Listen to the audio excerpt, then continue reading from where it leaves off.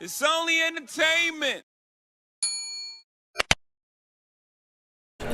We're here at day one at MJ BizCon. I'm here with Brooke Butler. She's with Simplifya. Brooke, thanks for being with us at the Talking Hedge. So happy to be here. Thanks for having me. Tell me a little bit about Simplifya and what you do.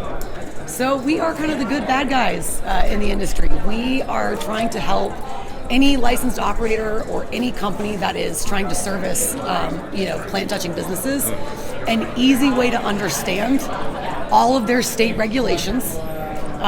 And give them basically cheat sheets to make sure that, if they do get inspections, they're not going to be sweating bullets. They know they're fine. They get proof to the, their regulators that they are operating in good faith and trying to maintain those standards.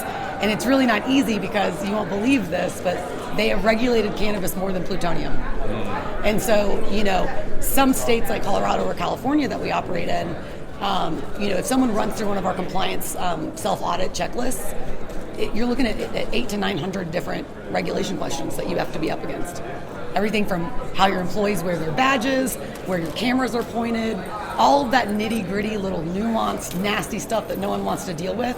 We try to distill down for them into really easy to understand actionable tasks for them to make sure they're not going to lose their license or get a costly fine. Okay. So do you provide these SOPs or is it one-on-one consultation since every facility is different?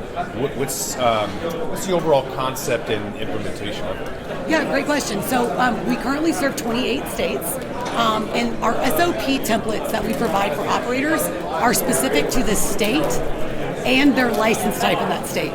And so they are not specific to that company, but we give them a foundation where we've gone through and told them, okay, this is what regulatory steps you would need to take, and then they can layer their special sauce and their proprietary details on top of it, making it a lot easier and a lot more cost efficient than spending, $100,000 to $200,000 on SOPs getting built out by a big consulting firm or a law firm and things like that. And so we're always trying to find a way to provide them with good help at reasonable cost.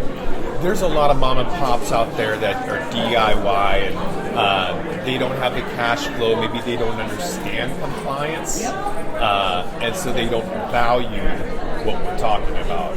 What are some, practice doesn't make perfect, failure does, and there's a lot of failure out there from just simply not having the right camera equipment to avoiding robberies and murders that we've seen up and down the West Coast. What are some of the takeaways and best practices that you can offer people that are on the fence and just don't understand? So, what I always like to tell people is that it is very, very alluring to take the ostrich approach, where if you just stick your head in the sand, maybe this will all go away, or they're not a lot of the states aren't enforcing that much, right? So they think they can also just be a little more lax with it. But what we've told people is if you're not proactive about compliance and you're only reactive, it's too late.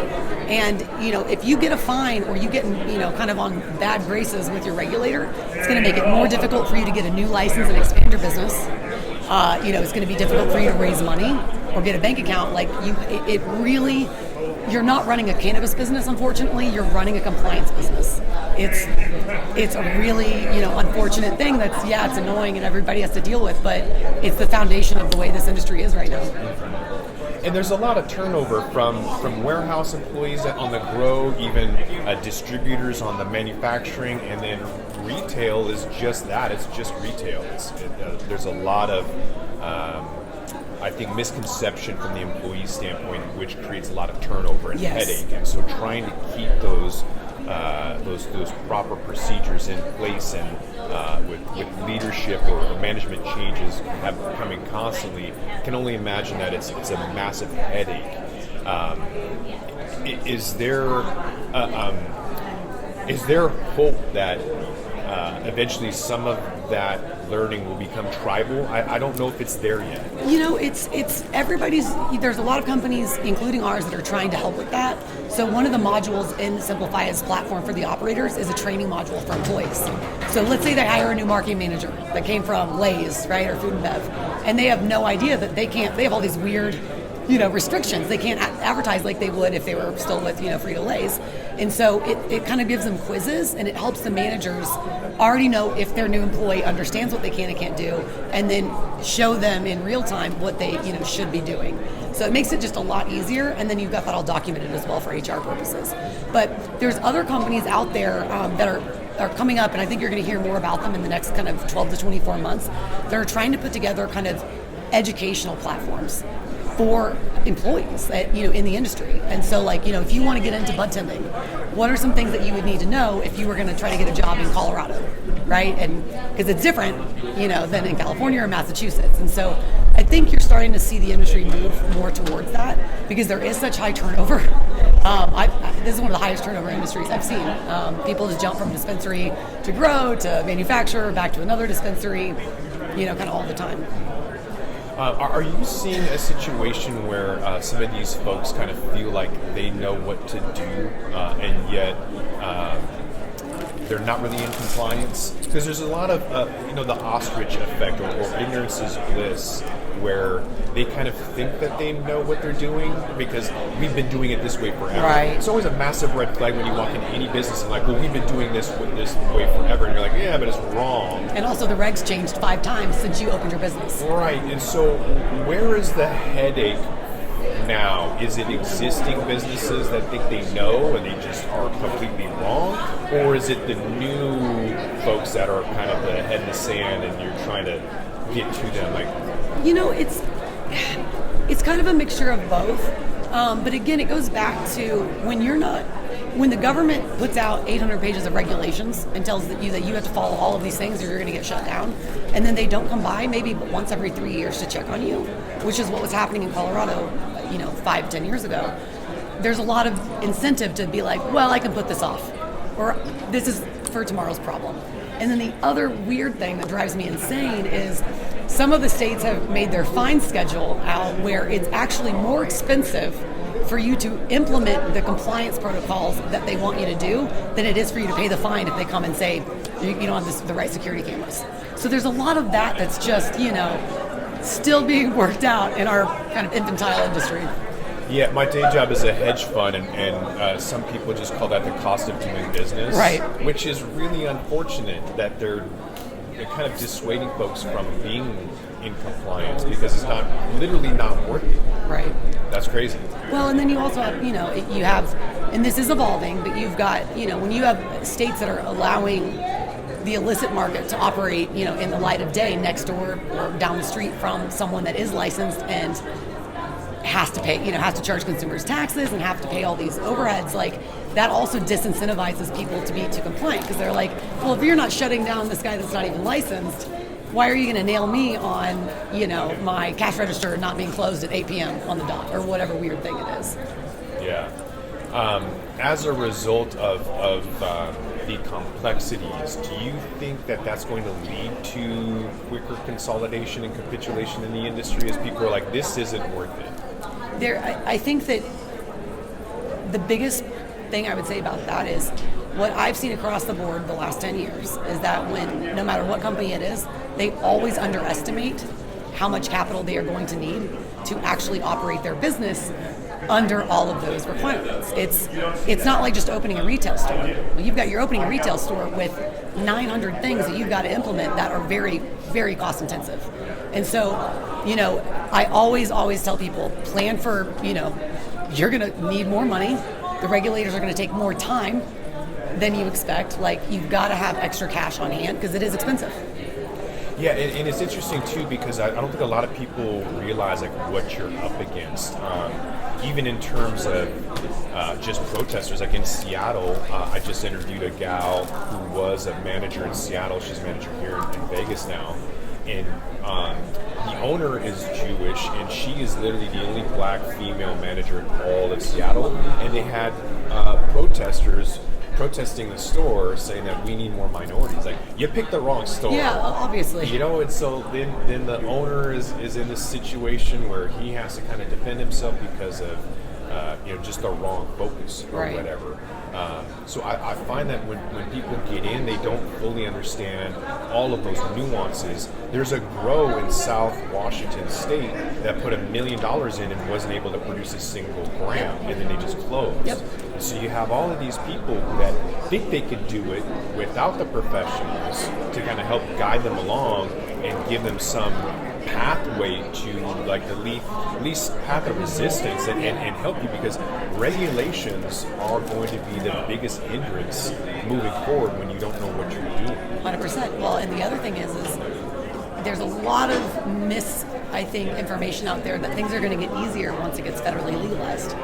Oh no, that means you have 1 million federal agencies that have been dying to get their hands on this industry and regulate it. You're going to deal with FDA, all of these federal agencies. And so if you don't start on solid footing with your state regulations and getting that lined up, you're going to be dead in the water, as this industry moves forward and grows. And, the other thing I always tell people is, yes, it's daunting and overwhelming when you look at those, kind of startup operational costs. But if you don't implement the right things at the beginning, it's going to end up costing you a lot more money down the line, or cost you your entire business.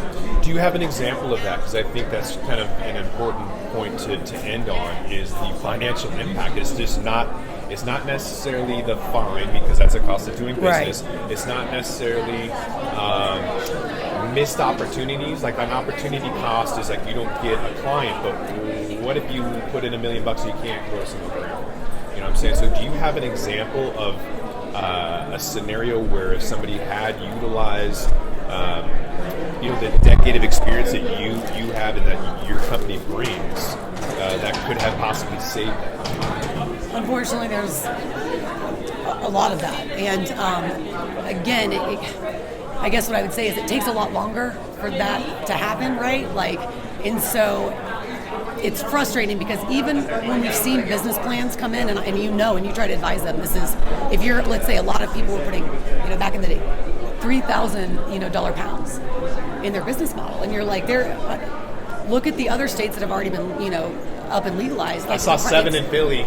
Yeah, the prices do not, it's like you're already dead in the water. And so again, it's like, it's frustrating because again, that's been bad advice. People probably, gave them that advice and all these or things. Or maybe that's what it is in the black market now. They don't realize that when it goes regulated, that cuts down significantly. Well, look at I use Massachusetts as an example of that. I think the price of flower in Massachusetts has dropped something like 42 or 72, I can't remember the exact number, percent this year. Yeah. Because all that supply hits, right? Because again, this is not a perfect industry where the supply chain is set up right, especially when states first get legalized. And so sometimes there's, you have a lack of supply, and then great, prices are high. Well, once all that cultivation supply starts getting harvested, then that's when you see prices really start to kind of come down as more products come on the market. And so people underestimate that as well. Is there a situation where it's too late? Like, we can't help you? It's funny. I will tell you this. I've been asked a few times by clients if we ever got a subpoena, would we have to, work with the federal government on that? And I said, well, listen, if we're getting a subpoena, it's already too late. We're not going to hurt or harm you at that point or help. Whatever you've done to get that far, it's not so good. But I go back, I always use this as an example, but, the Sweet Leaf dispensary chain in Denver and Colorado and what happened with them. But, it took the city of Denver a year of an undercover investigation before they actually went and actionized on them. But it was too late for them because they had been doing, at that point, what it was called looping, where they would, the rule said you could sell up to 1 ounce per day, per person, or per transaction, right? And everyone knew that really that meant 1 ounce a day per person, not that you should send them out to the parking lot and then have them come back in and buy another ounce. And at that point, once you're done and they've started investigating you and you've got documented records and evidence of that, they spent time in federal prison and they are no longer allowed to operate a cannabis business ever again. That happened recently in Washington. A brand new bud tender who told me, because I was like, I'd like to get a bunch of blunts, and then I want flour, and so it was a couple of ounces. And then the bud tender says to me, well, I'll just ring him up on 2 transactions. I know what the law is. Right. I wasn't going to tell him that because I don't really care. I'm not the one that's going to get in trouble. So I was like, okay. And so he rings up one, and then he's like, yeah, because it's just not fair that you have to. And he's telling me like what the law is fair and not fair. And honestly, that's part of why compliance in this regulation is so tricky or hard to get people to get on board with, is because a lot of it makes no sense, or just isn't exactly the most logical approach to how to do that. But if you think about it, you have people that do not understand drug policy trying to write drug and cannabis marijuana regulations. There's going to be some hiccups, and it's going to be a learning curve. Yeah. Well, if people do want to find out more, get educated, stay out of the regulatory compliance microscope, how can they get a hold of you? Where are you at online or whatever? Yeah, so we are www.simplifya.com. So it's simplify, add an A.com. And then we're on Instagram, Facebook, LinkedIn, Twitter, kind of all over the internet, and our handles are always Simplifya. Okay. I think with that, we're going to have to roll this one up. And one day, my guest, Brooke Butler, she is with Simplifya. I'm Josh McCabe. This is The Talking Hedge. Don't forget to like, share, and subscribe, or don't, and I'm out. Don't forget to smash that like button on your way out and check out these other videos that we've got.